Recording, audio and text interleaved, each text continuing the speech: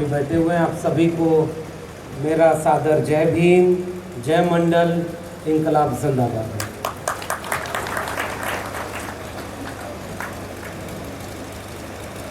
मेरा घर चूँकि आजमगढ़ है, उत्तर प्रदेश के पूर्वांचल की तरफ, तो दिल्ली से आजमगढ़ जाने के क्रम में अयोध्या होकर गुजरते तो कई बार रहे, लेकिन आज पहली बार इस जिले में बतौर वक्ता आपके बीच में आया हूँ और आयोजकों का बहुत आभार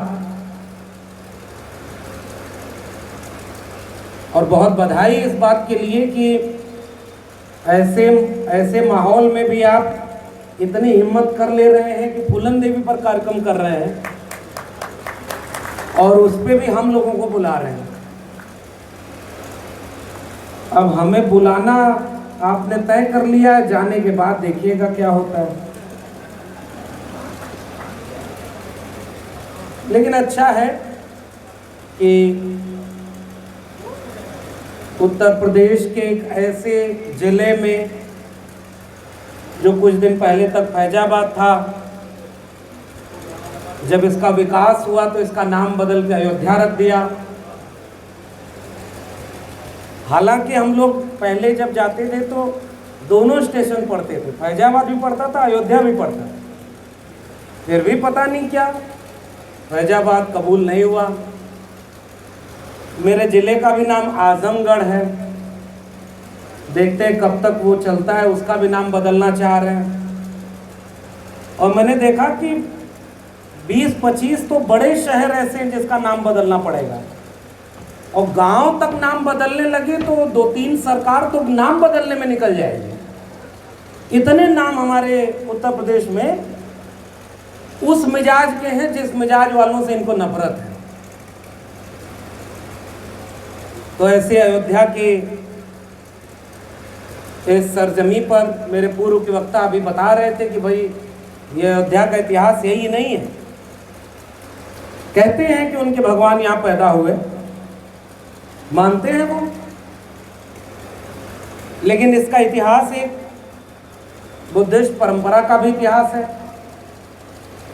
और इस मंच पे भी आपने 2 झंडा लगाया है, एक तरफ वाला झंडा जय भीम का है और एक तरफ ये पंचशील का झंडा है। तो मैं इन रंगों को जब देखता हूं, बाबा साहब को भी नीला रंग बहुत पसंद था। मान्यवर कांशीराम ने तो उस नीले रंग को राजनीतिक रंग बना करके हाथी का चुनाव चिन्ह लिया। तो हाथी विराटता का प्रतीक, ताकत का प्रतीक, वो तथागत बुद्ध से आ रहा है।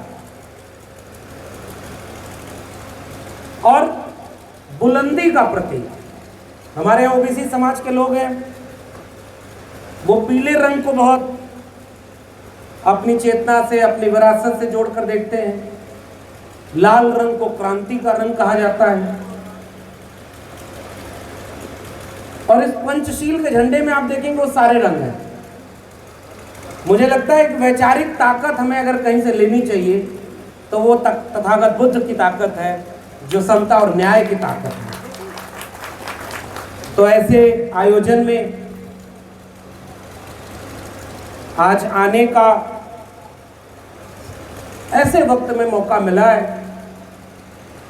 जब आज ही के दिन इस देश में एक महिला आदिवासी पहली बार राष्ट्रपति बनी और आज उन्होंने शपथ लिया है। और ये बड़ा दिन है, गौरव का दिन है। मैं तो इसे बड़ी उपलब्धि मानता हूँ। नीरज भाई ने जिक्र किया, क्योंकि 75 साल में बहुत लोगों का शासन रहा, उन्हें तो नहीं फिक्र हुई कि कोई महिला आदिवासी भी इस राष्ट्र की राष्ट्रपति हो सकती है। बहुत लोगों को उन्होंने राष्ट्रपति बनाया। तो पहली बार अगर कोई बन रहा है तो हम उसका स्वागत करते हैं। लेकिन ये एक प्रतीकात्मक स्वागत है, प्रतीकात्मक उपलब्धि है, एक व्यक्ति की उपलब्धि है जिसका विरोध आप नहीं कर सकते। क्योंकि उन व्यक्तियों के बीच में से कुछ लोग ऐसे निकलते हैं जिनकी उपलब्धि केवल अपनी उपलब्धि नहीं होती, पूरे समाज की उपलब्धि होती है। और उसी दिल्ली की संसद तक पहुंचने वाली एक वीरांगना का नाम था फूलन देवी, जो केवल व्यक्तिगत नाम नहीं है, वो एक क्रांति का नाम है, एक विद्रोह का नाम है, एक उम्मीद का नाम है। इसलिए आज के दिन फूलन देवी को याद करना मेरे लिए बड़ी बात है।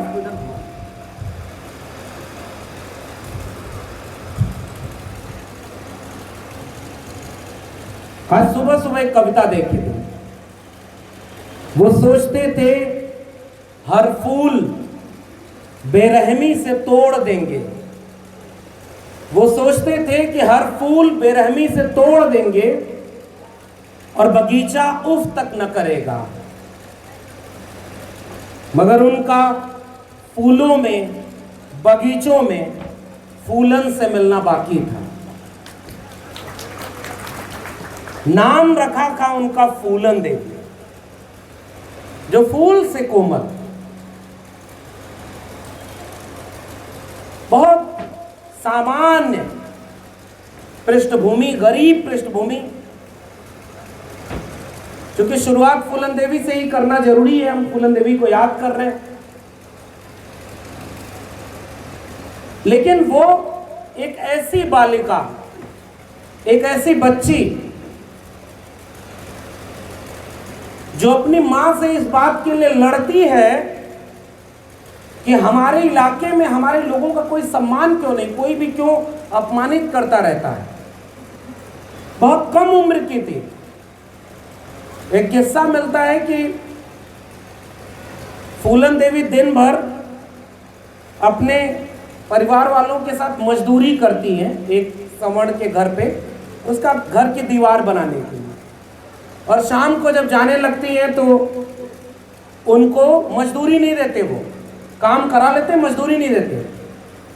तो जब वो जाने लगती है, मजदूरी नहीं मिलती, अपमानित करते, गाली देते, सारे लोग वापस लौट जाते।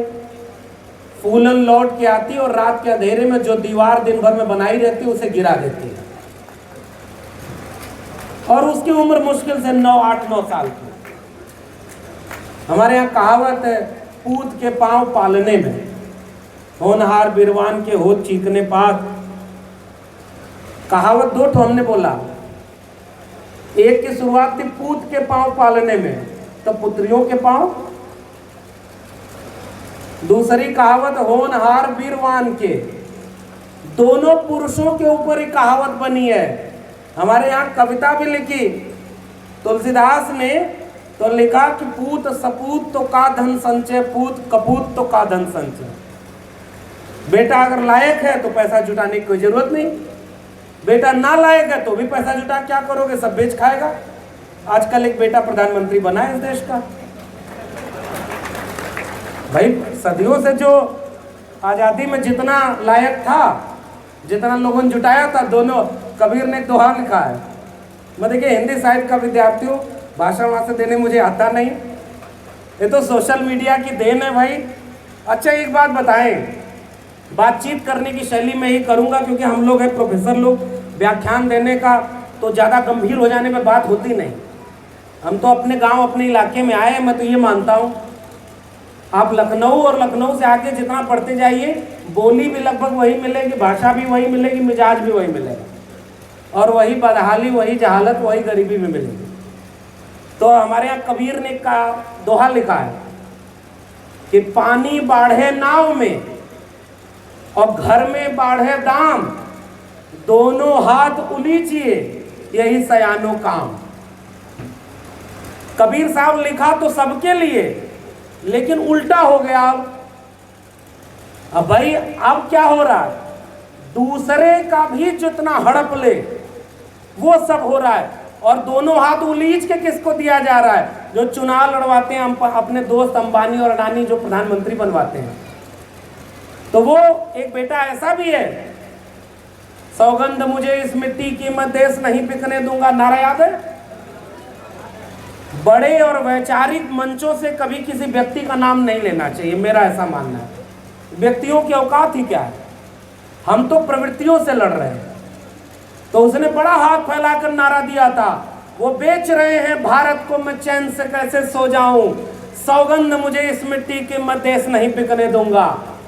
जब आया, रेल बेच दिया, बैंक बेच दिया, एयरपोर्ट बेच दिया, हवाई चप्पल वालों को हवाई जहाज में चलाएंगे, हवाई जहाज बेच दिया।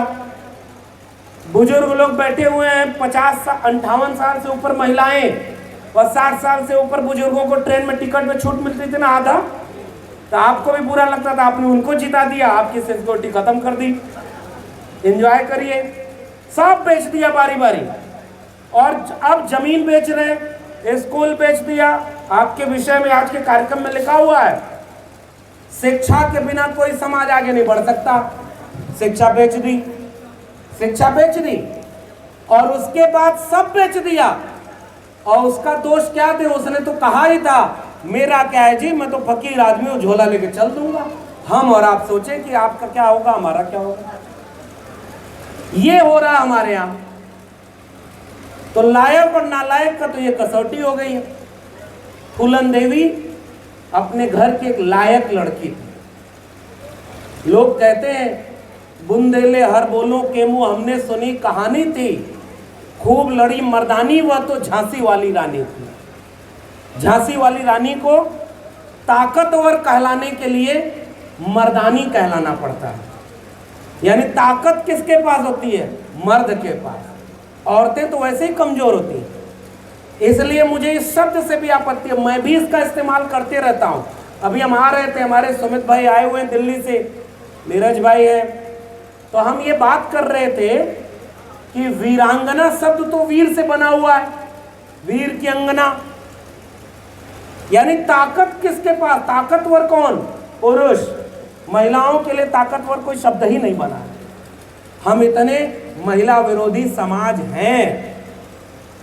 हमने महिलाओं के नाम पर कहावतें नहीं बनाई हैं, महिलाओं के नाम पर ताकत के शब्द नहीं बनाए हैं। महिलाओं के नाम पर अगर कोई बनाया है तो केवल और केवल गालियां बनाई हैं। हमारी सारी गालियां महिला विरोधी होती हैं। ऐसे समाज में फूलन देवी का जन्म हुआ।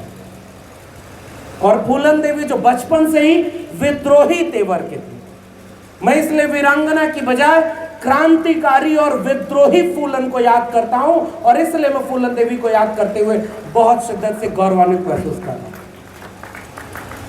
उस फूलन ने सहा अपने जीवन में वह सब कुछ जो इस मुल्क की महिलाएं, और उसमें भी कमजोर, वंचित, शोषित, दलित, पिछड़ा, आदिवासी, पसमानदा घरों की महिलाएं जाने कितने सालों से सहती चली आ रही है। जो फूलन के ऊपर हुआ वो इस देश में महिलाओं के ऊपर कोई पहली घटना नहीं थी।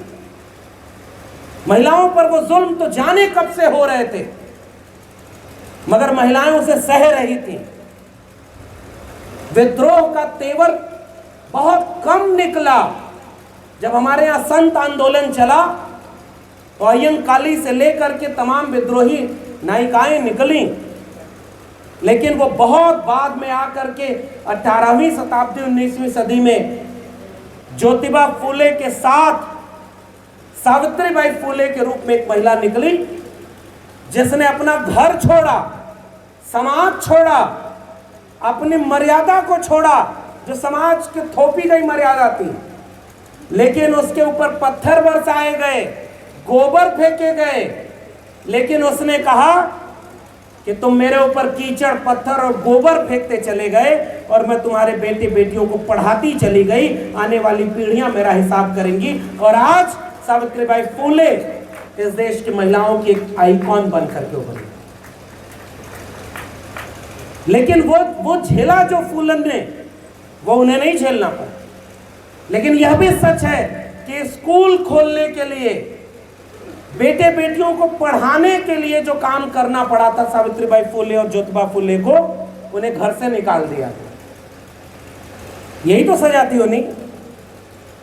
ज्योतिबा फूले अगर कोशिश करते कि पुणे के भीड़ावली गांव में राम मंदिर बनवाना है तो हो सकता है चंदा भी मिल जाता।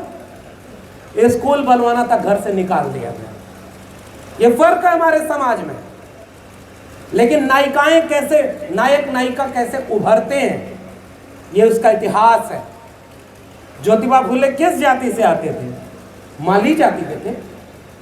और माली आजकल किस कम्युनिटी में आते हैं? अदर बैकवर्ड कास्ट, ओबीसी में आते हैं। ओबीसी को तो, यहाँ के ओबीसी को तो पता ही नहीं था। मैं उत्तर प्रदेश से हूँ और देखिए भाई, हमने शुरू में ही कर दिया था, आप लोगों ने हमें बुलाया है और नीरज भाई हमारे पहले बोल चुके हैं। और नीरज भाई जहाँ बोल देते हैं वहाँ जैसे लगता है कि लकीर खींच दिया है, इसके नीचे तो मत जाना, ऊपर ही रहना। और इतना नाम लेके उन्होंने आलोचना कर दी और रहते लखनऊ में है। इनको पता नहीं बुलडोजर से डर क्यों नहीं लगता है।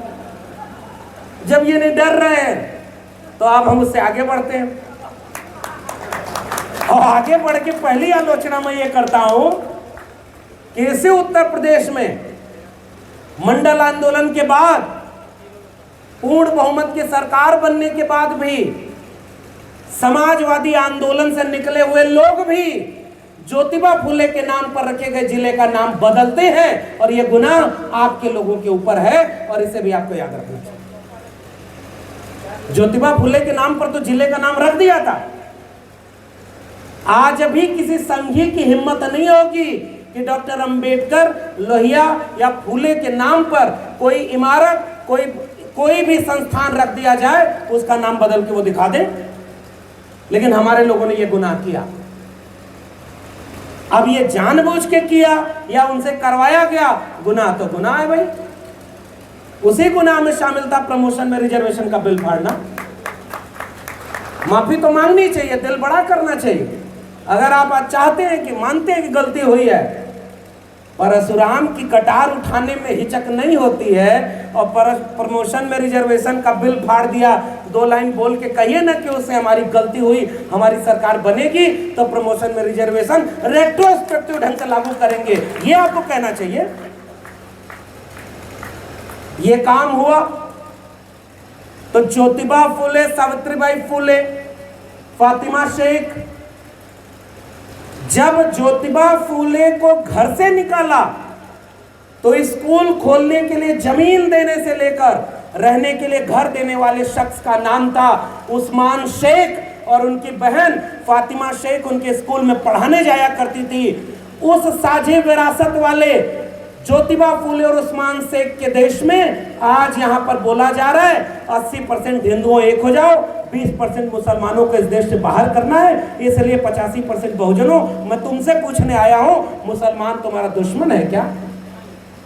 अगर मुसलमान दुश्मन होता तो उस्मान शेख और फातिमा शेख कौन थे? आपकी जड़ें कहां हैं? मैं केवल उसी से आपको रूबरू कराने आया।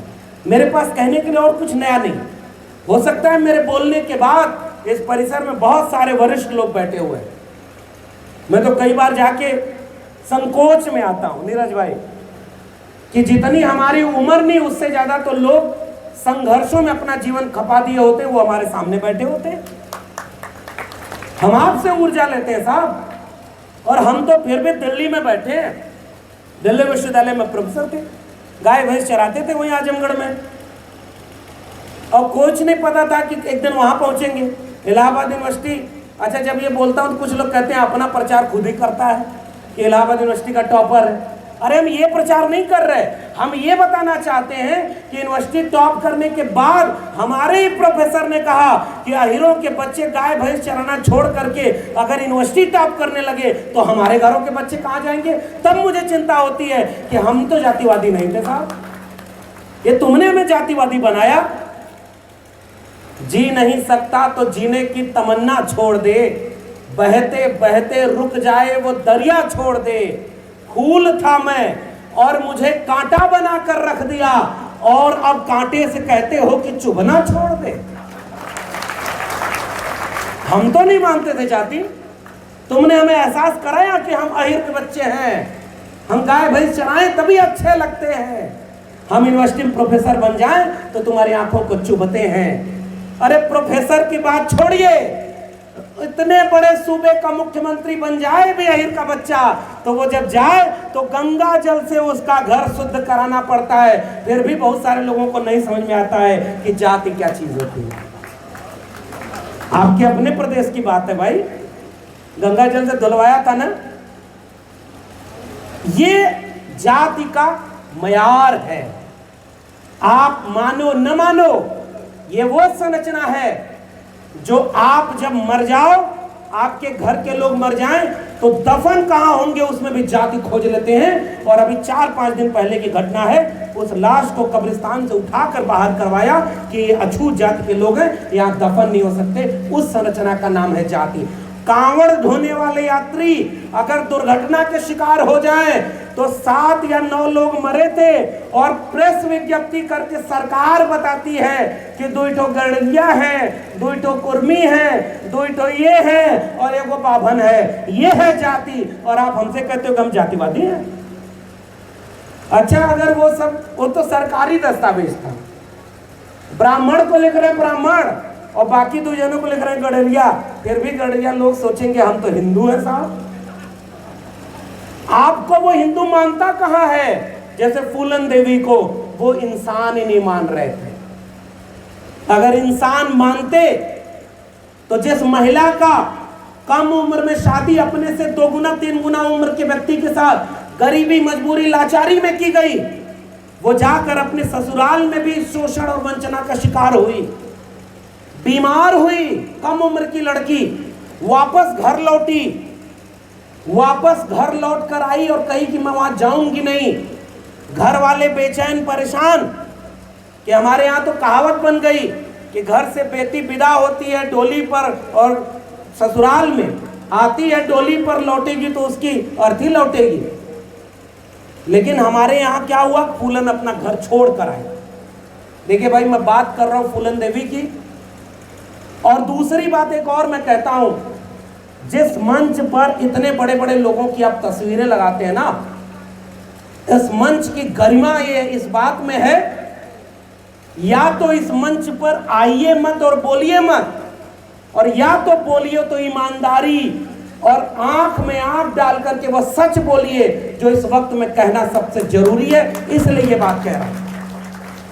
तथागत बुद्ध और बिरसा, फुले, अंबेडकर, पेरियार का नाम लेकर के यहाँ छोटी छोटी मीठी मीठी चुपड़ी बातें की जाए, उससे इस कार्यक्रम का कोई शोभा नहीं।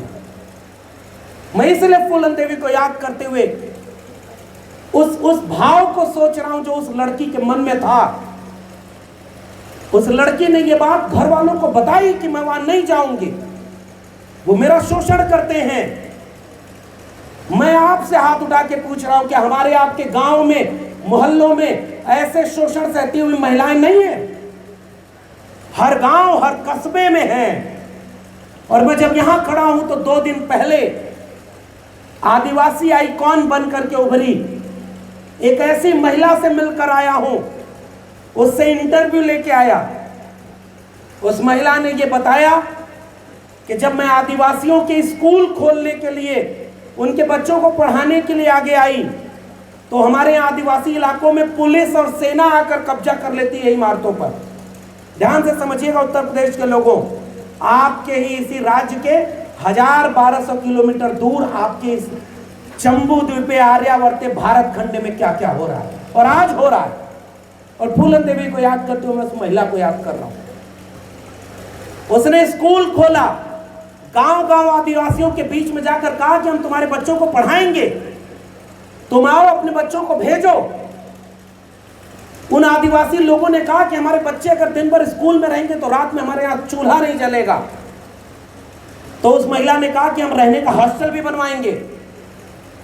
तो एक हॉस्टल और एक सरकारी शिक्षिका बनकर के वो महिला अपने इलाके में जब शिक्षा की अलग जगाना शुरू की, पुलिस वाले आकर के, सेना वाले उस स्कूल की इमारतों पर छुपने लगते थे। तो आदिवासी इलाकों में नक्सल, और नक्सल को कहा जाता है कि वो डाकू हैं, गुंडे हैं। हम फूलन देवी पर बात कर रहे हैं साहब। अभी आते हैं और बताते हैं कि इस देश में डाकू और गुंडे का मतलब क्या होता है। जो अपने हक के लिए लड़े, जो अन्याय के खिलाफ लड़े, वो डाकू और गुंडा है। और जो 12-12 मुकदमा लेकर के जब मुख्यमंत्री बन जाए और अपना मुकदमा वापस करा ले, वो गुंडा नहीं है। 22 मुकदमा था। मैं कह रहा था ना, मुझसे ज्यादा अनुभवी लोग सामने बैठे हुए हैं। अयोध्या को बनाएंगे विश्व नगरी, बनाओ, तुम्हारी सरकार है, तुम्हें कौन रोक रहा है। विश्व स्तर का मंदिर बनेगा, विश्व स्तर का नगर बनेगा, काशी, मथुरा, अयोध्या। अरे मैं कह रहा हूं, तुम्हें अगर इतना ही विश्व स्तर का बनाना था तो उत्तर प्रदेश में एक विश्व स्तर का विश्वविद्यालय बना देते, तो हम भी मानते कि तुमने कोई एक अच्छा काम किया। वो लोग डाकू और गुंडा की परिभाषा बताते हैं, जिनका मुख्यमंत्री बनने के पहले तक केवल चर्चा में इसलिए थे, जो जाकर जहरीला बयान, मैं तो आजमगढ़ का हूं, मेरे बगल में ही गोरखपुर है, वहां का मठ गोरख मठ, और वो नाथपंथी लोगों का था। गोरखनाथ का वो पंथ है जो निर्गुण परंपरा से आते थे। और निर्गुण परंपरा मतलब जानते हैं, कबीर साहब का भजन गा रहे थे, हमारे साहब बैठे हुए हैं। निर्गुण परंपरा का मतलब होता है मन ना रंगाए रंगाए जोगी कपड़ा। सुनिए, इसका किसी मुख्यमंत्री से कोई रिश्ता नहीं है। आसन मार मंदिर में बैठे, ब्रह्म छोड़ पूजन लागे पथरा, कनवा फड़ाए जटवा बढ़ाए, हालांकि इधर जटा नहीं है, कनवा फड़ाए जटवा बढ़ाए, दाढ़ी बढ़ाए जोगी होई गई बकरा, और मथवा मुड़ाए जोगी कपड़ों रंगैल, और गीता बाँच जोगी होई गई लवरा, और मन ना रंगाए रंगाए जोगी। मैं किसी मुख्यमंत्री की बात नहीं कर रहा, मैं कबीर की बात कर रहा हूं। तो कबीर की विरासत जिस नाथ परंपरा में थी, वो गोरखनाथ, जिन्होंने ब्राह्मणवाद, मनुवाद और तमाम तरह की सत्ता को चुनौती देते हुए वंचितों शोषितों का निर्गुण पंथ खड़ा किया था, उनका मठ था। पहले उस पर कब्जा और फिर मठाधीश होकर के ये बयान देना कि कब्र से उठा करके बलात्कार करेंगे। यही तो यूएसपी थी। वो गुंडे नहीं है, हमने नाम किसी का नहीं लिया। हम तो पूछ रहे साहब, अगर फूलन देवी गुंडा है, नक्सली अगर गुंडे हैं, तो ये राम मंदिर की रथ यात्रा निकालने के नाम पर जो हजारों लोगों को दंगे में मारा, वो कौन लोग थे? ये सवाल इस मंच से मेरा उन लोगों को है। और तब मैं उस महिला को याद कर रहा हूं, फूलन देवी पर बात करते हुए, उस आदिवासी महिला ने कहा कि नक्सली हमसे कहने लगे कि तुम्हारे स्कूल में सेना और पुलिस के लोग आकर रुकते हैं, हम तुम्हारे स्कूल को गिरा देंगे। उसने नक्सलियों से कहा कि हमारे इलाके में तब तक कोई बदलाव नहीं आएगा अगर शिक्षा नहीं होगी, इसलिए मैं स्कूल के लिए लड़ रही हूं, आप मेरा स्कूल मत गिराइए। नक्सलियों ने बाकी स्कूल गिरा दिए, उनका स्कूल छोड़ दिया, तो पुलिस वालों ने कहा कि ये नक्सलियों से मिली हुई है, ये भी नक्सली है, इसीलिए इसका स्कूल नहीं गिराया गया, और दोनों उनके दुश्मन बन गए। पहुंचिएगा मैं जहां आपको ले जाना चाहता हूं। उसके बाद पुलिस ने उसके ऊपर झूठे मुकदमे किए।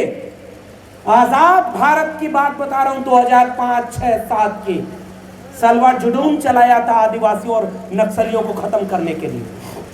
और नक्सली क्या मांग कर रहे थे कि ये जल जंगल जमीन हमारी है, तुम विकास के नाम पर हमारी जल जंगल जमीन हमसे मत छीनो। जैसे हमारे साथी जो अयोध्या के हैं, जो बोल रहे थे कि हमारी जमीन छीन रहे हैं क्योंकि वहां राम मंदिर बनने वाला है। हमने, और बहुत अच्छा उन्होंने कहा, जहां जहां राम मंदिर का विवाद है वहीं वहीं तथागत बुद्ध और अंबेडकर की मूर्ति रख दो, आधा विवाद तो उसी समय खत्म हो जाएगा। भाई हमें अवैध कब्जा नहीं चाहिए, लेकिन जो हमारा है उसे हम छोड़ेंगे नहीं। और मैं तो जब इस कार्यक्रम में आने वाला था, मुझे एक पर्ची भी भेजी है कि अयोध्या बार एसोसिएशन के दर्जनों वकील साहब लोग आए हैं। एक तो पर्ची दिया उन्होंने, उसमें सारे यादव जी लोग हैं, लेकिन अच्छा है, स्वागत है। नीरज भाई कह रहे थे कि जहां यादव ज्यादा होंगे वहां मैं नहीं जाऊंगा। मैं सोचने लगा कि अगर यादव ज्यादा जहां है वहां मैं नहीं गया, और आरएसएस का एक प्रचारक है कहा उठो यादवों तुम कृष्ण के वंशज जो, आओ हिंदू धर्म बचाने, तब क्या होगा? पता चला हम नहीं गए, उधर से कोई और लेके चला गया। इसलिए मैं हर मंच पर जाऊंगा और यादव जी लोगों से भी कहूंगा कि उठो यादवों, आपको थोड़ा दिल बड़ा करना है, नाक छोटी करनी है। अगर आप में ताकत है तो अपने से कमजोर पर वो ताकत नहीं, अपने से मजबूत पर वो ताकत आजमाओ और आपको इस बहुजन एकता को बनाओ। तो ये जो वकील साहब लोग आए हुए हैं, सबका बहुत स्वागत। इतने वकील अगर अयोध्या में है तो भाई अयोध्या में फिर डरने की बात है क्या? आपके अपने लोग हैं, सीना तान के रहिए, गलत को बर्दाश्त मत करिए। इन सारे लोगों की जिम्मेदारी। न्यायपालिका में आजकल फैसला तो ऐसा हो रहा है कि आज राम मंदिर के पक्ष में फैसला दो, कल राज्यसभा का सदस्यता ले लो।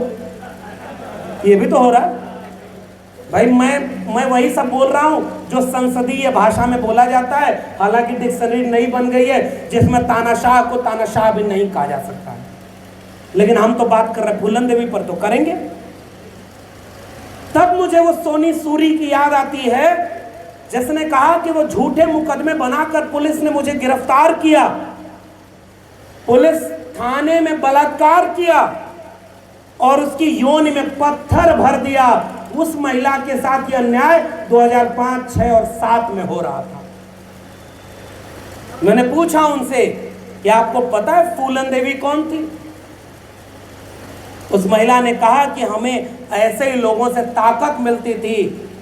और मैं जब उनके बारे में जानी कि एक लड़की जिसका 11 साल की उम्र से बलात्कार होना शुरू होता है, शादी के नाम पर बलात्कार, गांव वालों का बलात्कार, पुलिस पकड़ कर ले जाती है, पुलिस थाने में बलात्कार, जब वापस मदद मांगने जाती है तो डाकुओं का एक गिरोह कब्जा करता है, वो बलात्कार करता है।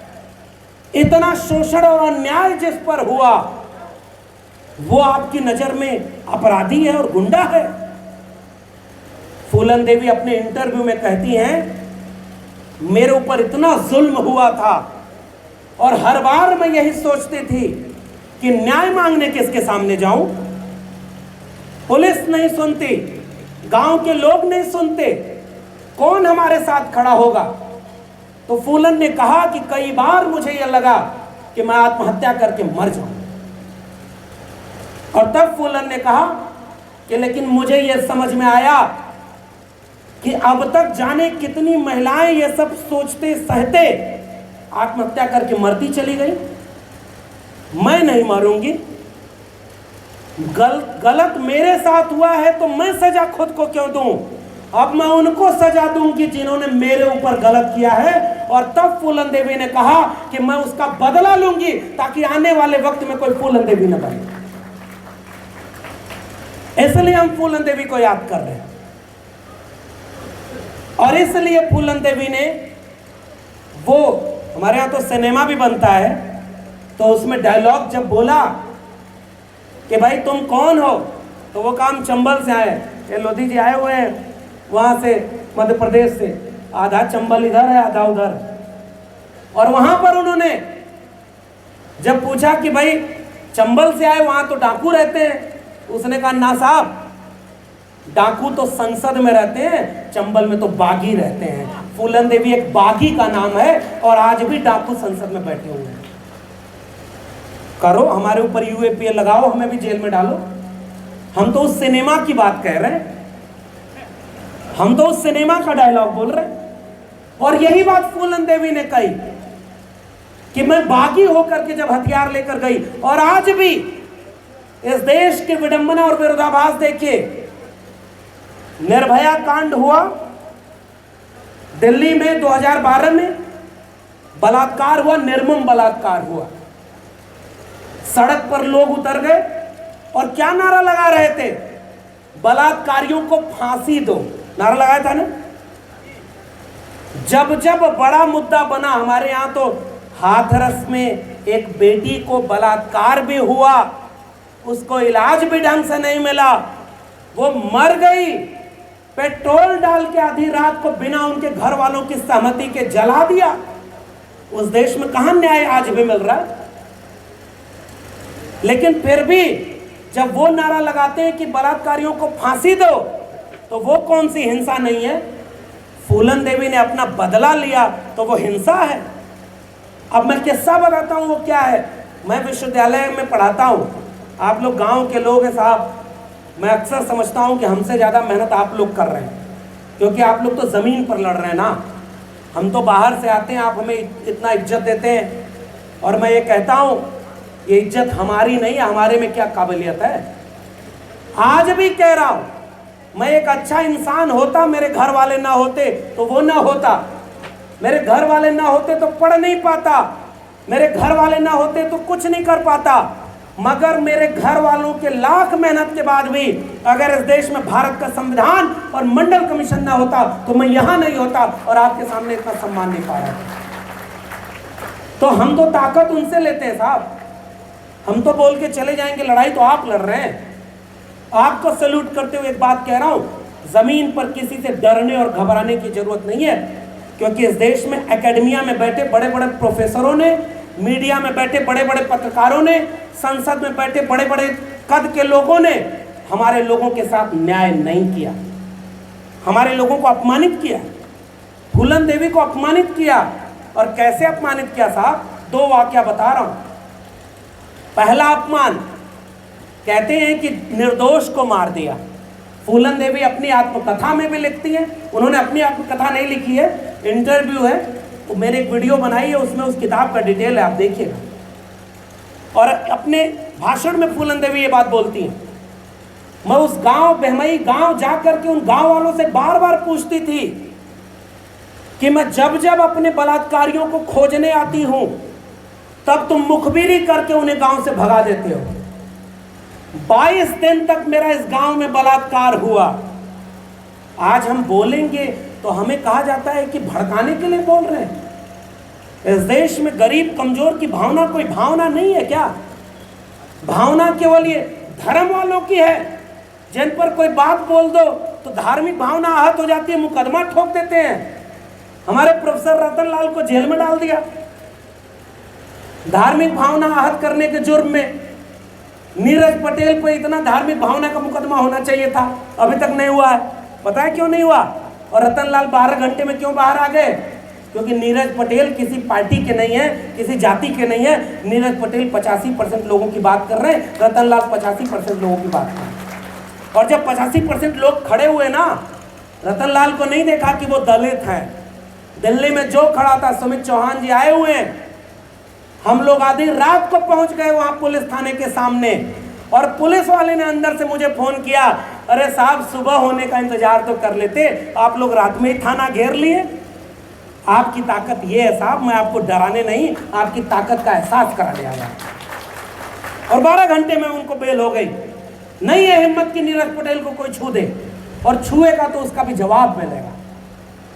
इसलिए मैं कह रहा हूं, बहमई जाकर जब फूलन देवी बार बार पूछती थी कि इस गांव में 22 दिन तक मेरा बलात्कार किया, तब इस गांव के कोई लोग बचाने क्यों नहीं आए?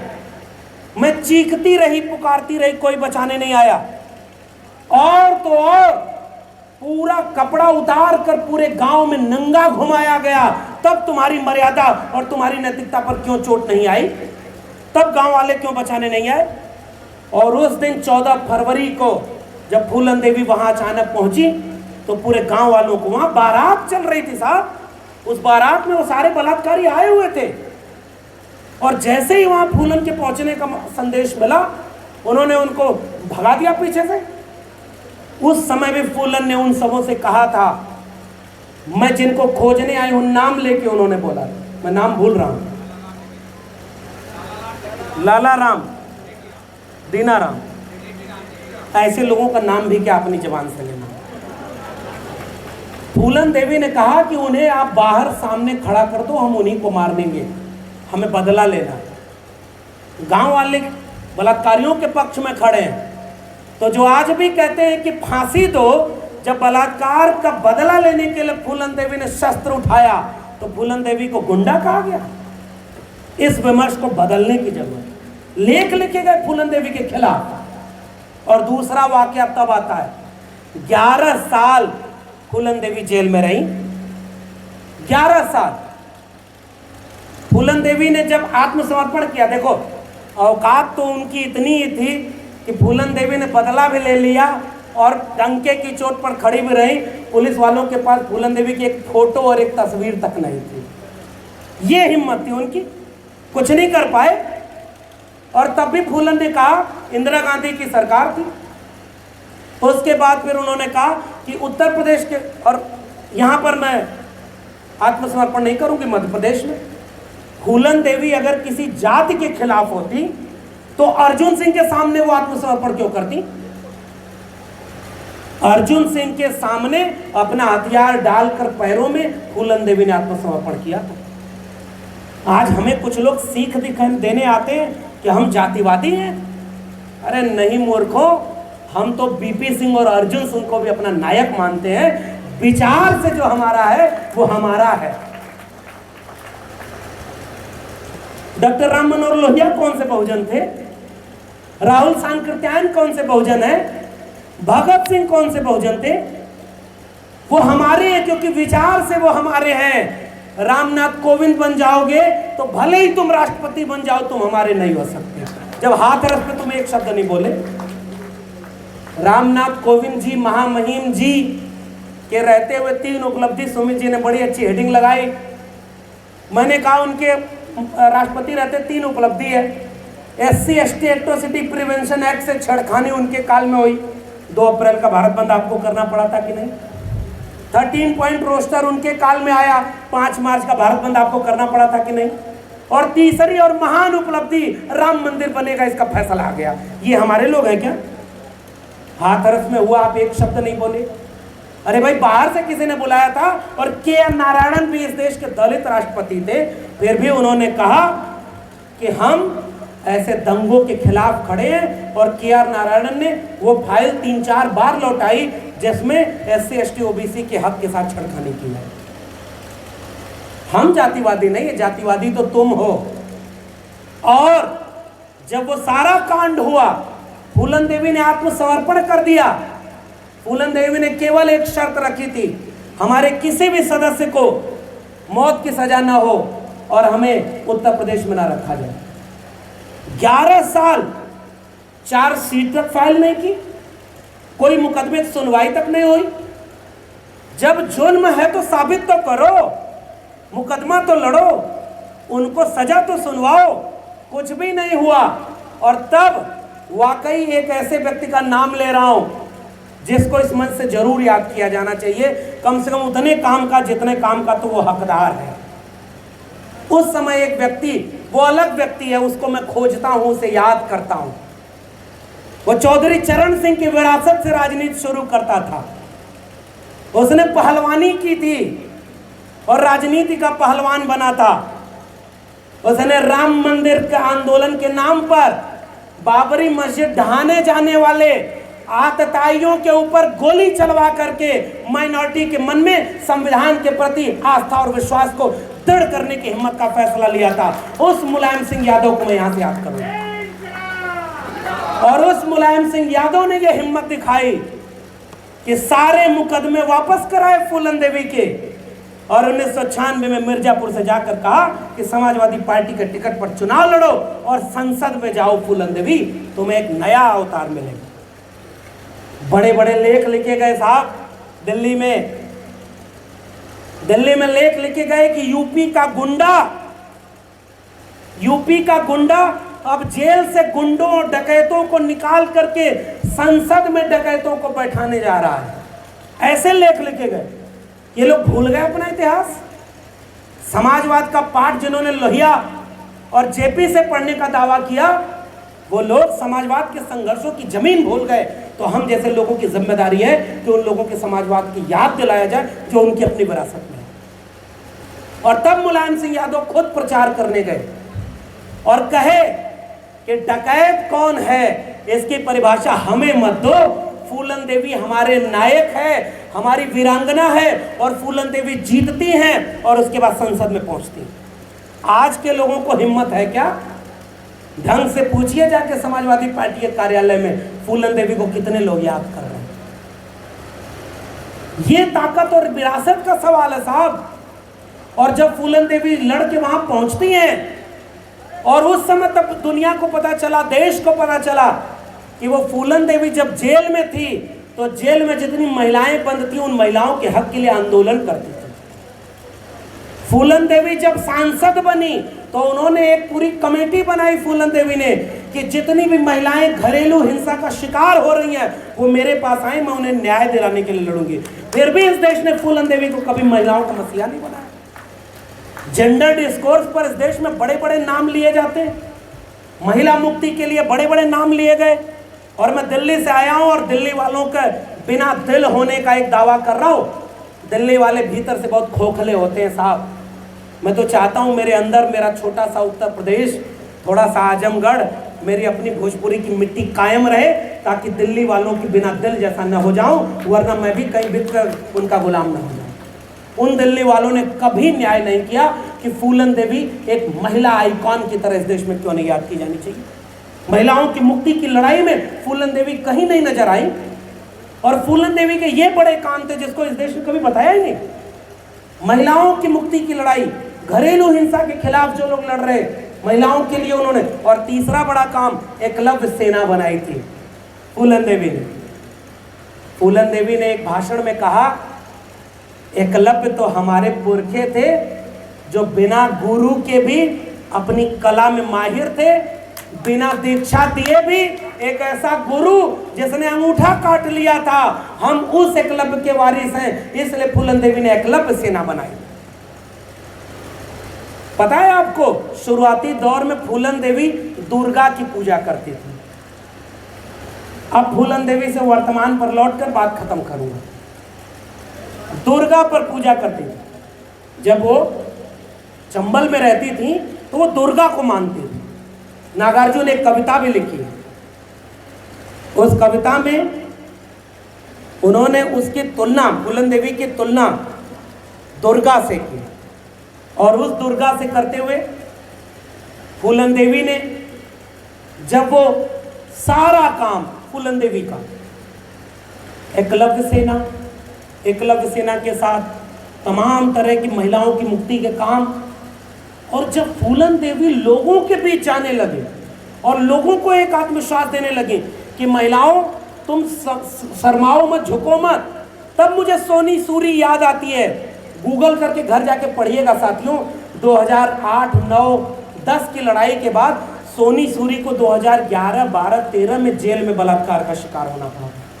और सोनी सूरी जब वापस लौट करके अपने आदिवासी इलाके में जाती है तो आज मैंने जब सोनी सूरी से पूछा ना कि सोनी दीदी वहाँ जाकर क्या बदलाव नज़र आता है, तो पता है सोनी सूरी ने क्या कहा कि पहले पूरे बस्तर के इलाके में एक सोनी सूरी थी और बस्तर के हर एक गांव में एक सोनी सूरी खड़ी है। इसलिए इस मंच की सफलता, इस आयोजन की सफलता इस बात में नहीं है कि आप हम लोगों का भाषण सुनकर चले जाएं। हम लोग तो भाषण देने के लिए ही जाने जा रहे हैं आजकल।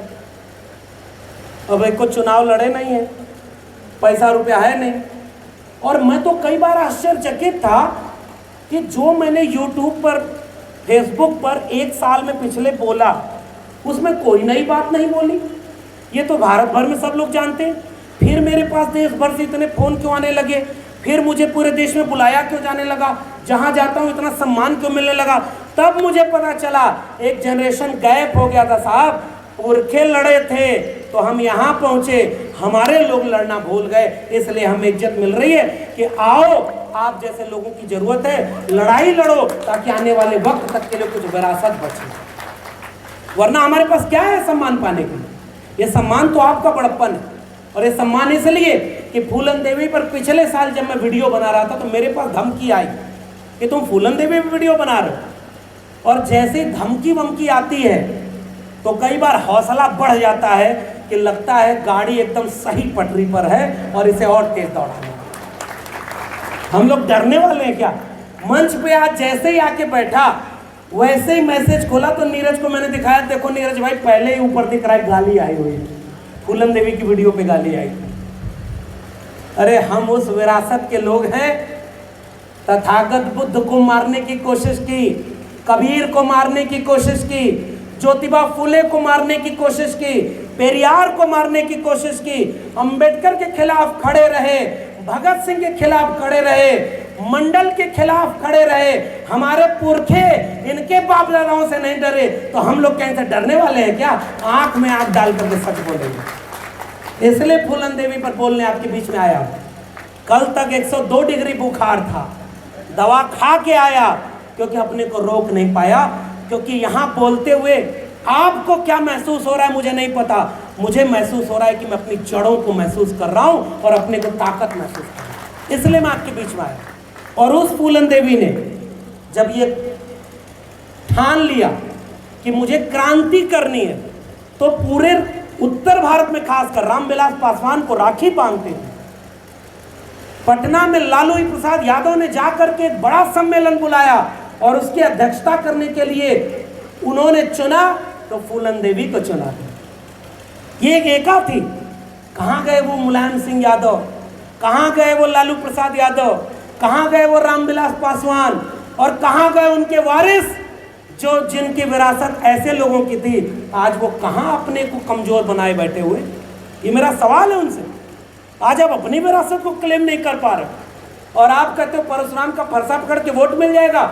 CSDS का सर्वे कह रहा है कि 90% ब्राह्मणों और ठाकुरों ने वोट दिया है फूल पर, और आपको बना दिया फूल, और आप चले थे परशुराम का फरसा पकड़ करके समाजवाद लाने।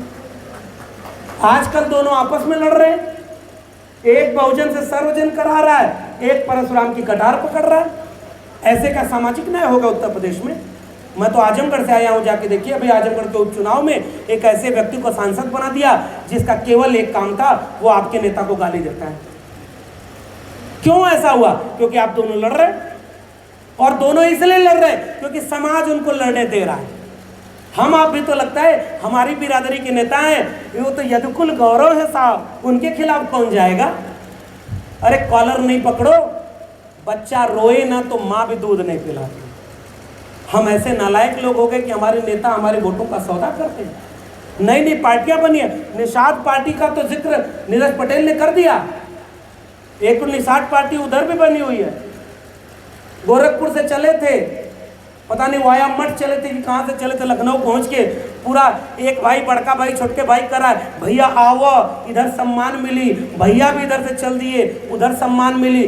सम्मान का सौदा करने का मतलब, आप किसी पार्टी से नाराज हो हम आपके साथ हैं, लेकिन आप अपने वैचारिक दुश्मनों के साथ खड़े हो, आप भले ही हमारी जाति को, हम कभी आपके साथ नहीं खड़े थे।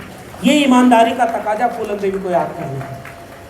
और तब फूलन देवी ने गांधी मैदान के जो भाषण दिया था, उस भाषण को याद कर रहा हूं। डॉक्टर राम मनोहर लोहिया ने एक लेख लिखा है। उस लेख में डॉक्टर राम मनोहर लोहिया लिखते हैं, इस देश की महिलाओं को सीता और सावित्री बनने की जरूरत नहीं है। इस देश की महिलाओं को अगर किसी महिला से सबक लेना है तो वो है द्रौपदी, उससे सबक लो। अपने मान सम्मान से समझौता नहीं किया। भले ही महाभारत हो गया, भले ही लाखों लोग मारे गए, लेकिन एक औरत ने अपना वजूद गिरने नहीं दिया। हमारे लोगों को कहा जाता है पढ़िए गीता, बनिए सीता, फिर इन सब में लगा पलीता, किसी मूर्ख की हो पड़ रीता, निज घर बार बसाइए और जाइए। महिलाओं को गुलाम बनाया हमने, आपने। एक कविता पढ़ता हूं, सुनिए। छोड़ो मेहंदी खड़क संभालो, खुद ही अपना चीर बचा लो, द्युत बिछाए बैठे शकुनी, मस्तक सब बिक जाएंगे, सुनो द्रौपदी शस्त्र उठा लो, अब गोविंद न आएंगे। कब तक आस लगाओगी तुम, ध्यान से समझिएगा इसका मैसेज, कब तक आस लगाओगी तुम बिके हुए अखबारों से, कैसी रक्षा मांग रही हो दुशासन दरबारों से। स्वयं जो लज्जाहीन पड़े हैं वो क्या लाज बचाएंगे, स्वयं जो लज्जाहीन पड़े हैं वो क्या लाज बचाएंगे, सुनो द्रौपदी शस्त्र उठा लो, अब गोविंद न आएंगे। कल तक केवल अंधा राजा, अब गूंगा बहरा भी है, होंठ सी दिए हैं जनता के, कानों पर पहरा भी है। तुम ही कहो ये आंसू तेरे किसको क्या समझाएंगे, सुनो द्रौपदी शस्त्र उठा लो, अब गोविंद न आएंगे। फूलन देवी पर कार्यक्रम करने का मकसद यह है साथियों, अपने घर की महिलाओं को ताकतवर बनाइए। आप अपने घर की बेटे बेटियों को इसी कार्यक्रम में देखिए मुश्किल से 5% भी महिलाएं नहीं है। अच्छा है कि महिलाओं ने आगे सीट कब्जा कर रखा है। हमारी एक साथी यहाँ अध्यक्षता कर रही हैं और एक साथी बैठी हुई है। मैं हर उस मंच को खराब मंच मानता हूं जिस पर केवल पुरुष बैठे हो। नीरज भाई ने क्योंकि जाति वाली बात तो आपको बता ही दी है। कोई जाति की महासभा करके अगर इतना ही यादव महासभा ताकतवर थी तो 2-4 तो प्रधानमंत्री अपना बनवा ली होती। भाई मैं तो खुली खरी बात कह रहा हूं, यादव जी लोग इतने ही ताकतवर हैं तो 2-4 तो विजय माल्या और ललित मोदी बना लिए होते जो पैसा लूट करके विदेश भाग जाता। नहीं है ना साहब, हम कहाँ ताकतवर हैं। पिछली सरकार पे तो इनके ऊपर आरोप लग गया कि हर थाने में डीएम एसपी यादव भर दिया। अरे तुम किस बात की राजनीति कर रहे हो? तुम 5 साल से विपक्ष में हो। हर थाने की लिस्ट तुमको भी जारी कर देनी चाहिए थी कि उत्तर प्रदेश के 75 के 75 जिलों में सारे ठाकुर डीएम एसपी भर दिए। तुम भी तो लिस्ट जारी करते। किसने रोका है तुम्हें? तुम लोग कुछ कर ही नहीं रहे। हाँ, आप जाओ थाने में, आपकी सुनवाई है क्या? आपकी जाति के आगे जो नाम लगा है ना उससे तय हो रहा है कि आपको क्या सुनवाई मिलेगी। ये है राम राज्य। इसलिए मैं फूलन देवी को याद करते हुए जाते जाते बस यही कह रहा हूँ, समझाने की बात है। हमारे यहाँ कहावत चलती है, अहिर गडेरिया कुर्मी चोर धर सारे का टंगरी तोड़। भोजपुरी समझते हैं ना? अगर ओबीसी, अहिर गडेरिया कुर्मी चोर, ये 4 लोग हुए ना, और धर सारे का टंगरी तोड़, ये किसने बनाया था? ये हमने बनाया। लोधी भी जुड़ा, सब जुड़े ही है, बस नाम अपना अपना रिप्लेस कर लीजिए। किसने बनाया? बड़ जात बतियौला से और छोट जात लतियौला से। किसने बनाया ये कहावत? हमारे लोगों ने बनाया था क्या? हम लोग तो जाति के शिकार हुए हैं। लेकिन साहब अब वक्त इस बात का नहीं है कि अब केवल, और नीरज भाई ने बिल्कुल सही कहा, आलोचना करने को तो मैं तो प्रधानमंत्री गृह मंत्री का नाम लेकर के हर जगह वो बोल रहा हूँ। उनको हिम्मत है तो कुछ करें, हम डरते नहीं। लेकिन इस मंच का उपयोग हम किसी और को आलोचना करने के लिए क्यों दें? वो तो अपना काम कर रहे हैं साहब। उसको 370 हटाना था, हटवा दिया। उसको राम मंदिर बनवाना था, बनवा दिए। उनको मुसलमानों को इस देश में दुश्मन बनाकर पेश करना है ताकि हर हिंदू को एकजुट करे, वो कर रहे। उनको आपको अहिर कुर्मी कोयरी लोधी पासी निषाद मल्ला केवट इन सारी जातियों को सबक सिखाना है। उनका आरक्षण खत्म कर दिया, उनकी शिक्षा बेच दी, उनका रोजगार खत्म कर दिया। वो अपने एजेंडे पे काम कर रहे हैं। 2025 में आरएसएस के 100 साल पूरे हो जाएंगे, कल को वो हिंदू राष्ट्र बना देंगे। वो तो अपने एजेंडे पे काम कर रहे हैं। आप दिल्ली की सड़कों पर संविधान की प्रतियां फाड़कर जला दो, आपके ऊपर मुकदमा नहीं होगा। आप दिल्ली में भगवा नाम का संविधान लेकर के लहराओ कि डॉक्टर अंबेडकर का संविधान झूठा है, आपके ऊपर कोई मुकदमा नहीं होगा। आप धर्म संसद करो और कहो कि इस देश के मुसलमानों को मारो काटो, आपके ऊपर कोई मुकदमा नहीं होगा। आपकी प्रवक्ता क्या क्या बोल देती है मुसलमानों पर, दुनिया भर में थू थू हुई, वो जेल नहीं जाएगी। जेल जाएगा तो कोई जुबैर, जेल जाएगा तो कोई उमर खालिद, जेल जाएगा तो प्रोफेसर हैनी बाबू जो ओबीसी है, जेल जाएगा तो प्रोफेसर अनंत तुमड़े जो दलित है, जेल जाएंगे तो आदिवासी, जेल जाएंगे तो आपके अपने जिले में खोज लीजिए। सबसे ज्यादा आपकी जेलों में, आपके जिले की जेल में जो SC ST OBC है वो बंद होंगे। सबसे ज्यादा मुकदमे किसके ऊपर हो रहे हैं, जाके देखिए अपने गांव में। इसलिए साहब वक्त इस बात का नहीं है कि उनकी आलोचना करते चले। वक्त इस बात का है कि अब हमें इसलिए सड़क पर आने की जरूरत है क्योंकि हमें अपने आने वाली पीढ़ियों का मुस्तकबिल बचाना है। आपने इस कार्यक्रम में लिखा है ना, आधी आबादी के बिना कोई सम्मान नहीं, महिलाओं के बिना कोई सम्मान नहीं। और कार्यक्रम में आए हैं, महिलाओं को नहीं लेके आए। नीरज भाई की बात से सहमति जता रहा हूं। अब हमारे यहाँ क्या है, हम तो भाई देखिए ऐसे घर में पैदा हुए, आधा तो संयोग भी होता है। मेरा घर ऐसा जिसमें कबीर पंथी निर्गुण परंपरा के एक गुरु थे, उनसे हमारे घर वाले दीक्षा लिए थे। तो बचपन से हमने अपने घर में किसी देवी देवता की तस्वीर ही नहीं देखी, कोई तस्वीर नहीं थी। मेरी माँ ने कभी कोई तीज व्रत त्योहार कुछ किया ही नहीं। और मेरे पिताजी ठहरे कॉमरेड, कम्युनिस्ट, मार्क्सवादी, लेनिनवादी थे, भगत सिंह के मानने वाले। दोनों में कोई कर्मकांड ही नहीं। एक बार क्या हुआ, अब मैं ख़त्म करूंगा, बहुत समय नहीं लूंगा, बस एक दो किस्सा सुना दूं। एक बार हमारे घर पे कुछ लोग पिताजी के दोस्त आए और उसमें एक मुसलमान था, एक दलित था, मैं छोटा सा था। तो उनके जब पानी पीने के लिए ले गए चाय, तो उसमें 2 कप जो है शीशे के थे, बाकी सब स्टील के। पिताजी वापस लेके आए आंगन में और उसके बाद पूछा कि ये 2 कप अलग क्यों हैं। तो अंदर से आवाज़ आई कि उसमें एक मुसलमान है, एक दलित है, इसलिए। पिताजी ने दोनों कप ऐसे पकड़ा, आंगन में तोड़ दिया, फर्श पे गिर के टूट गया, और उन्होंने अपने स्टील वाले कप में उनको पिला दिया और कहा कि आज के बाद अगर यहाँ इस घर में कोई शीशे का बर्तन आया तो हमसे बुरा कोई नहीं होगा। हम तो बचपन में ये देख के बड़े हुए थे। हमारे पिताजी हमको उंगली पकड़ करके दलित बस्तियों में ले जाते थे, जबकि सच्चाई ये है कि आपके गांव में चलकर देखिए, ओबीसी घरों के लोग दलितों की बस्ती में नहीं जाते, कम जाते होंगे। पढ़े लिखे समझदार लोगों की बात नहीं कर रहा हूँ, आम प्रचलन नहीं है ना। एक गैप बना हुआ है, एक गैप है, कल्चर का गैप है साहब, हमें उस गैप को दूर करना है, इसलिए वो किस्सा।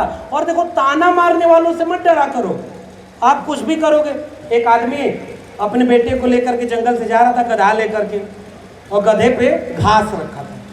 तो एक गांव से गया, तो गांव वाले बोले, ये कैसे मूर्ख बाप बेटा है, गधा है इतना हट्टा कट्टा, इस पर बैठ के जाते, ये मूर्ख है सब। तो बाप ने बेटे को बिठा दिया और फिर अगले गांव में गया। तो अगले गांव वाले कह रहे हैं, कैसा नालायक बेटा है, बाप पैदल चल रहा है, बेटा घोड़े पे चल रहा है। तो उसने क्या किया, बेटे को उतार दिया, खुद बैठ गया गधे पे। अगले गांव में गया तो वो सब कह रहे हैं, कैसा बाप है, बेटा पैदल चल रहा है और अपने घोड़े से चल रहा है। परेशान होकर के दोनों बैठ गए। अगले गांव में गए तो उन्होंने कहा, दोनों कितने जुल्मी जालिम हैं, गधवा की जान ले लेंगे लगता है, दोनों बैठ गए उसी पे। ये दुनिया है साहब, कुछ भी करो, जिसको ताना मारना है मारेगा, जिसको बोलना है बोलेगा। इसलिए अब हमें किस काम को करने की जरूरत है, नाक छोटी करें और दिल बड़ा, इतना ही काम करने की जरूरत है। और शुरुआत में अपने समाज, अपने तबके के लोगों से कह रहा हूं, मैं यादव समाज से आता हूं और मैं जानता हूं कि मेरे नाम में अगर यादव ना होता तो बहुतों का मैं चहेता ना हो पाता, ये सच्चाई है। तो मैं शुरुआत वहीं से कर रहा हूं। मेरे घर में आजकल आप जाएंगे तो हंगामा मचा हुआ है। मेरी बहन की शादी होने वाली है और मैंने एक शर्त रख दी है, अगर तुम्हारी बहन मतलब मम्मी से कहा कि तुम्हारी बेटी की शादी में ब्राह्मण आया तो मैं नहीं आऊंगा, क्योंकि देश भर में ब्राह्मणवाद के खिलाफ बोल रहा हूं और अपने घर में ब्राह्मण के सामने कैसे शादी कराऊंगा। अब सबको, घर वालों को लगता था कि बड़ा अच्छा बोलता है, अब सब समझ रहे हैं बड़ा खराब बोलता है, ब्राह्मणों के खिलाफ बोल रहा है। मैं उसको मम्मी को जा करके एक दिन किस्सा सुनाया। मैंने कहा, मम्मी पता है एक बार क्या हुआ, एक पंडित गया तो उसके पास एक यादव गया, मैं यादव से जोड़ के सुना रहा हूँ। तो यादव जी गए और पंडित जी से बोले, पंडित जी घर में बहुत परेशानी है। तो उन्होंने कहा, पतरा देखिए तुम्हारा, पतरा देख के कह रहे हैं तुम्हारा शनि ठीक जगह पर नहीं है। तो यादव जी बोले, पंडित जी क्या करना होगा? तो कहे यादव जी आपको जो है हवन कराना होगा। कहे कितना खर्चा आएगा? कहे 10,000 रुपया। यादव जी बोले, इतना पैसा तो नहीं है साहब। तो उसके बाद बोले, अच्छा तुम्हारे लिए 50% की सेल लगा देता हूँ, छूट है, ऑफर है, 5,000 दे दो, हवन करा देंगे, शनि ठीक जगह पे आ जाएगा, ग्रह दशा टल जाएगी। यादव जी बोले, नहीं साहब, इस समय सूखा पड़ा है, बारिश हो नहीं रही है, रोपनी हुई नहीं है, अकाल पड़ा है, कोरोना में नौकरी चली गई है, घर में कुछ है नहीं, 5,000 भी नहीं होगा। पंडित बोले, अच्छा यादव जी 1,000 दे देना, 1 महीने की हवन कर देता हूँ, पैसा हो जाए तो बड़ी वाली हवन करा लेना। यादव जी खड़े होकर बोले, साहब मेरी जेब में 1 फूटी कौड़ी नहीं है। पंडित जी खड़े होकर गुस्से में बोले, जब तेरी जेब में 1 फूटी कौड़ी नहीं है तो जा बेटा, शनि तेरा कुछ नहीं बिगाड़ सकता। और मम्मी जोर से हंस रही है, करे सही बोला उसने तो। हमने कहा, पंडित ऐसे ही मूर्ख बनाते, तुमको समझ में आया? कहे चुप रहो, लेकिन ब्याह कैसे होगा बिना पंडित के?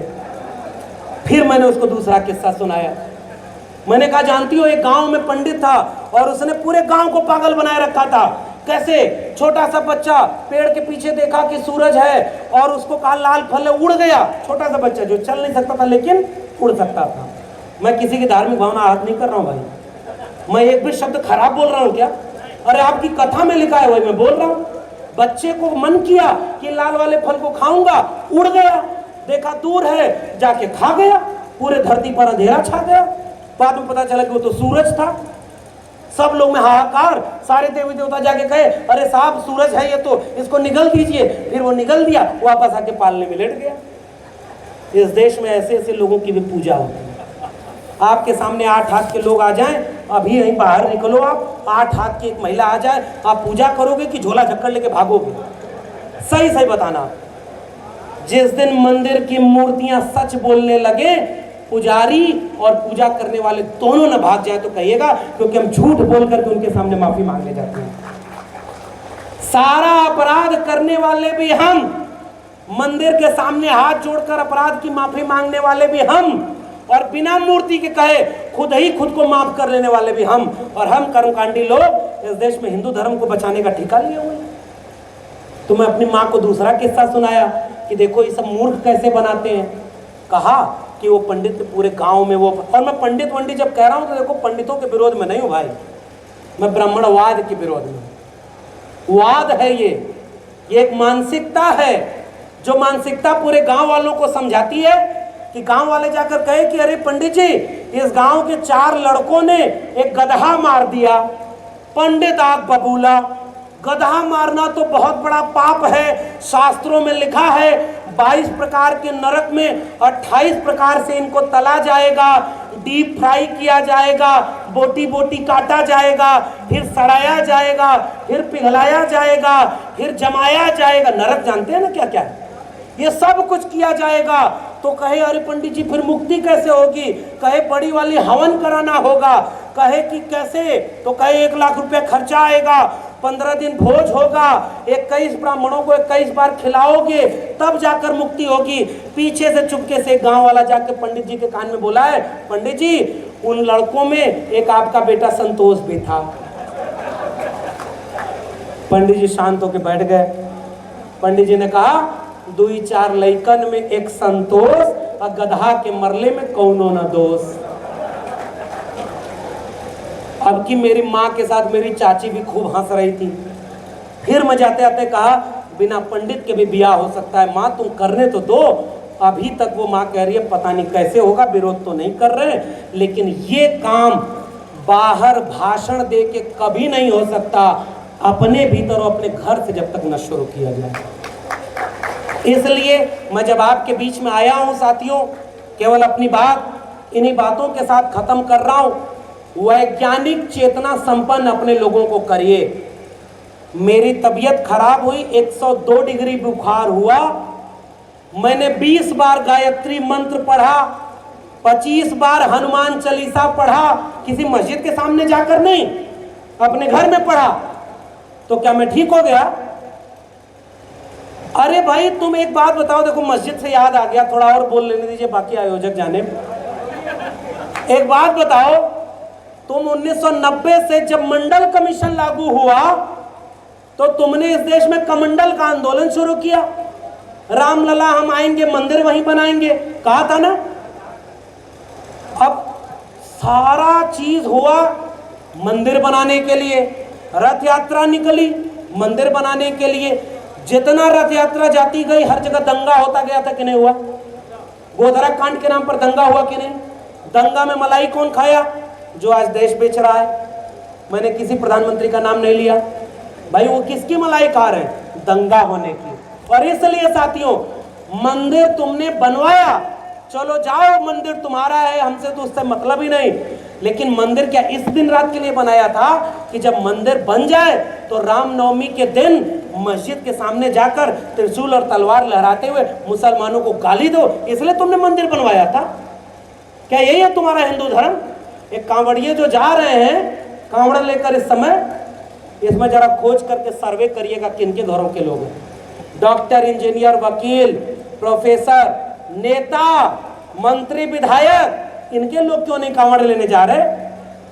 वो सत्ता में बैठकर कांवड़ियों पर फूल और माला फेंक रहे ताकि जाओ बेटा, पहले कांवड़ में जाओ, फिर सरस्वती पूजा में जाओ, फिर शिव चर्चा में जाओ, फिर शिवरात्रि मनाओ, फिर अखंड रामायण का पाठ कराओ, फिर ज्योतियां मनाओ, सारा मनाओ, और हम चलेंगे डीएम, एसपी, डॉक्टर, इंजीनियर, वकील और व्यापारी बनेंगे।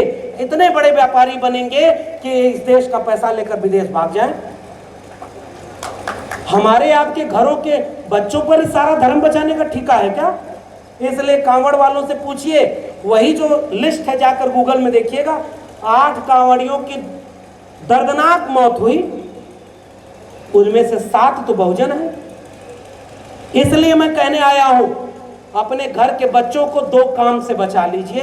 ये मेरी अपील, मेरी गुजारिश है साथियों। पहला, अपने घर के बच्चों और अपने घर के माहौल में जाकर भर दीजिए इस देश में रहने वाला वंचित शोषित 90% आवाम, जिसमें हिंदू भी है, मुसलमान भी, सारे लोग हैं, वो तुम्हारे अपने लोग हैं। वो 90% कमेरा लोग हैं जो तुम्हारे अपने हैं, और जो 10% लुटेरा लोग हैं वो तुम्हारे दुश्मन हैं। ये जंग कमेरा बनाम लुटेरा की है, इसलिए मुसलमान तुम्हारा दुश्मन नहीं है, तुम्हारे दुश्मन ये 10% लोग हैं। वरना आपके लोगों को दंगा में मार डाला जाएगा। उधर से मस्जिद पे अटैक, इधर से मंदिर पे अटैक, और तो और छोड़ो आप, अयोध्या वालों याद है कि भूल गए, एक मस्जिद के सामने कुछ लोग गए थे, कुछ फेंकने की दंगा हो जाए, बाद में पता चला कि वो सारे ब्राह्मण थे, उसमें एक प्रजापति था, एक प्रजापति था। मामला शिफ्ट हुआ है, दंगा कराने के लिए भी अब उनको गांव से बाहर, घर से बाहर निकलना पड़ रहा है। हमारे लोग इसका मतलब अब दंगे में नहीं जा रहे ना, हमारे लोग दंगे में नहीं जा रहे, हमारे लोग समझ रहे हैं। अपने लोगों को चिढ़ाइएगा मत, ये दूसरी गुजारिश है मेरी। हमारे लोग अगर थोड़ा बहुत दाएं बाएं भी हो तो उन्हें चिढ़ाइए मत, उन्हें प्रेम से समझाइए, और अपने बच्चों की आंख में आंख डाल करके केवल एक वादा करिएगा साथियों, यही लास्ट अपील है मेरी। हम यहाँ पहुंचे क्योंकि भारत का संविधान लागू था, हम यहाँ पहुंचे क्योंकि हमारे पुरखों ने हमें एक विरासत सौंपी थी। हम यहाँ पहुंचे, नीरज पटेल यहाँ पहुंचे, निषाद जी पहुंचे, सुनील भाई पहुंचे, गुरु प्रसाद जी, तमाम लोग जो मंच पे हैं, जो सामने बैठे, हमारे सामने सुमित चौहान जी बैठे हुए हैं, दिल्ली से आए। कोई नहीं सोचा था कि हम यहाँ पहुंचेंगे, लेकिन हम यहाँ पहुंचे, आप लोग यहाँ पहुंचे क्योंकि भारत का संविधान और मंडल कमीशन लागू था। 25 साल बाद, 50 साल बाद हमारे आपके घरों के बच्चे हमसे पूछेंगे, साहब कि तुम जब आए थे तो तुम्हारे सामने संविधान लागू था, सरकारी नौकरी बची थी, आरक्षण बचा था, सामाजिक न्याय बचा था। 25-50 साल बाद तुम हमें क्या सौंप कर गए? मंदिर मस्जिद का झगड़ा, सारा संविधान खत्म, सारा सामाजिक न्याय खत्म, यही हम अपने बच्चों को सौंप के जाएंगे? इसलिए लड़ाई लड़नी पड़ेगी, और लड़ाई अपने घर से लड़िए, कर्मकांड को बाहर करिए, वैज्ञानिक चेतना अपने घर में लाइए। अर्जक संघ वाले बैठे हुए हैं, मैं हर जगह उनका नारा पढ़ रहा हूँ, और सही बताएं साहब, जब से अर्जक संघ का नारा पढ़ा था ना, हिम्मत और हौसला लिया था। पेरियार ललई सिंह यादव को जब पढ़ा, बलिदान न सिंह का होते सुना, बकरे बलिवेदी पर लाए गए, न काटे टेढ़े पादप गए, सीधों पर आरे चलाए गए, विषधारी को दूध पिलाया गया, केचुए कटिया में फंसाए गए, बलवान का बाल न बांका भया, बलहीन सरा तड़पाए गए। पेरियार ललई सिंह यादव को पढ़ा था साहब, जो डॉक्टर अंबेडकर के साथ उसी समय बौद्ध धर्म की दीक्षा लेना चाहते थे। फूलन देवी पर बात कर रहे ना साहब, जो दुर्गा की पूजा करती थी, वो 1995 में जाकर तथागत बुद्ध को स्वीकार करके बुद्धिस्ट बन जाती हैं। यही विरासत, यही बात अपने लोगों को समझानी है। और तब लड़ाई, और ओबीसी समाज के लोगों को कहा जाता है कि ओबीसी समाज कभी आंदोलन नहीं किया, ओबीसी समाज जागरूक नहीं है। चलिए ले चलता हूं, 1930 में बिहार में त्रिवेणी संघ बना था, बाद में उसे बदनाम भी किया गया, अहिर कुर्मी कोयली 3 लोगों का त्रिवेणी संघ। देखो जो लड़ेगा ना वही चुभेगा, उसी को बदनाम भी किया जाएगा, लेकिन जिम्मेदारी भी उसकी बड़ी है कि अकेले लड़ोगे तो कुछ नहीं कर पाओगे आप, मिलकर 85% 90%, मैं तो 85 भी नहीं कहता, मैं तो 90% कह रहा हूं। और त्रिवेणी संघ का नारा, अर्जक संघ का नारा मिलकर क्या बनता है समाजवादी आंदोलन में? दो बातें हैं मोटी मोटी, हमें चाहिए इज्जत रोटी। मिटे गरीबी और अमीरी, मिटे चाकरी और मजबूरी, ये नारा समाजवादी आंदोलन का। और आगे क्या लिखा? पुनर्जन्म और भाग्यवाद, इनसे निकला ब्राह्मणवाद। ब्राह्मणवाद की क्या पहचान? गिट पिट बोले करे न काम। और मानववाद की क्या पहचान? ब्राह्मण भंगी एक समान। जिसमें समता की चाह नहीं, वह बढ़िया इंसान नहीं। समता बिना समाज नहीं, बिन समाज जनराज नहीं। जो जमीन को जोते बोए, वो जमीन का मालिक होए। राष्ट्रपति की हो संतान या बिरला की हो संतान, चपरासी हो या भंगी, सबको शिक्षा एक समान। सबको शिक्षा सबको काम, वरना होगी नींद हराम। शिक्षा पर जो खर्चा हो, बजट का 10वां हिस्सा हो। सबको शिक्षा दे न सके जो, वो सरकार निकम्मी है। और जो सरकार निकम्मी है, वो सरकार। हम अपनी विरासत को भूल गए साहब, इसलिए हम गुलाम पैदा होने लगे। हमारे पुरखे ने गुलामगिरी लिखा था, हमारे पुरखे ने जाति का विनाश लिखा था। हमारे पुरखे शिवदयाल सिंह चौरसिया ने backward classes league, depress classes league बनाई, ओबीसी समाज के लोगों ने किया। अर्जक संघ में ओबीसी समाज के लोगों ने बढ़ चढ़कर भाग लिया और 1948 में सम्मेलन कराया और 52 में कराया। तो एक की अध्यक्षता डॉक्टर अंबेडकर से कराई और दूसरे की पेरियार रामास्वामी नायकर से कराई थी। ये बनी हुई है बहुजन एका, हमें उसे जमीन पर ले चलना। केवल यही निवेदन, यही गुजारिश।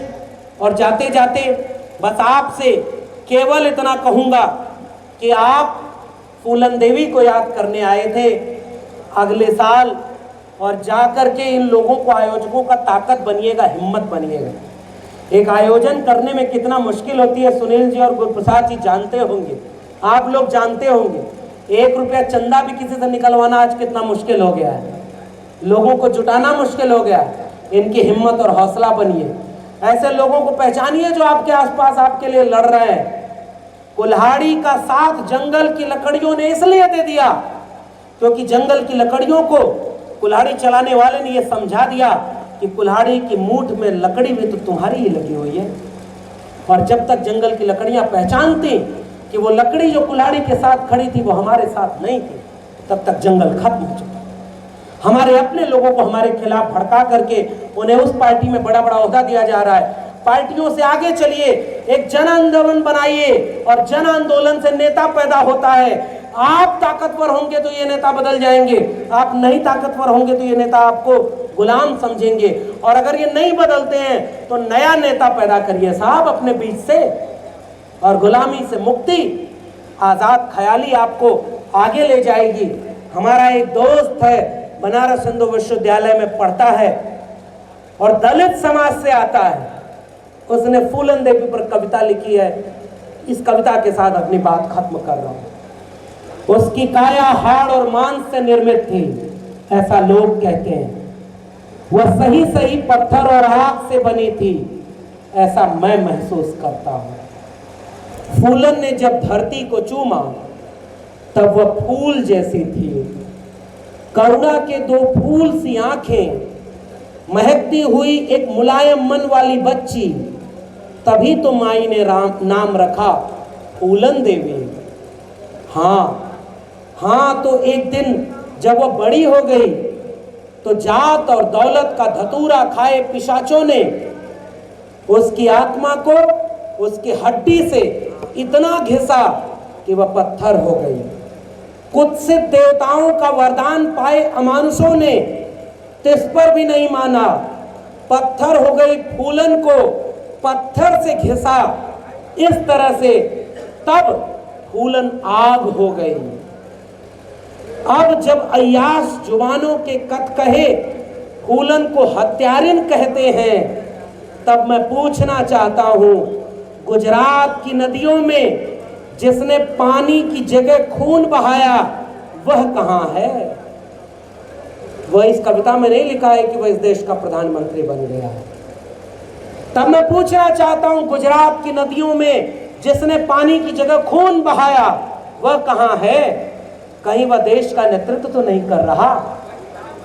मैं भोपाल और मुजफ्फरनगर से पूछना चाहता हूं, बाबरी और गोधरा से पूछना चाहता हूं, उन सभी हत्याकांडों के बारे में पूछना चाहता हूं जो समाज सेवा की तरह याद किए जाते रहे हैं।